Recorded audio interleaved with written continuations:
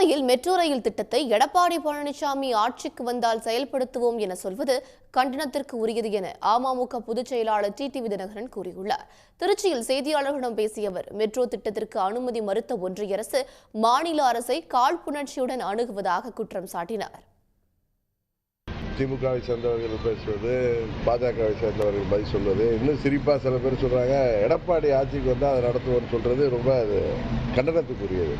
மக்களின் தேவை கோயம்புத்தூரில் மெட்ரோ ரயில் திட்டம் வேணும், மதுரையில் மெட்ரோ ரயில் திட்டம் வேணும்னு அரசாங்கம் கேட்குறப்ப அதனுடைய மத்திய அரசு ஒன்றும் உதவி செய்யணும். இல்லை நாங்கள் இந்த ஆட்சி வந்தால் செய்வோம்னு சொல்கிறது ஒரு காழ்ப்புணர்ச்சியோடு அணுகுவது போல இருக்குது. உறுதியாக தமிழ்நாட்டில் இப்போ வளர்ச்சி கருதி இந்தியா முழுவதும் இப்போ போக்குவரத்து நெரிசல், அன்றைக்கு கூட தொலைக்காட்சியில் பார்த்தோன்னா 15 வினாடிக்கு ஒரு கார் விற்கிதுங்கிற அளவுக்கு செய்திகளை ஊடகங்களில் தான் பார்த்தேன்.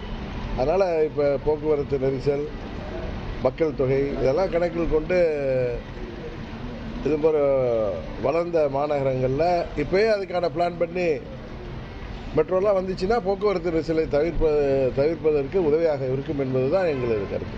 உடனுக்குடன் செய்திகளை தெரிந்து கொள்ள சன் நியூஸ் பெல் ஐகானை கிளிக் பண்ணுங்க.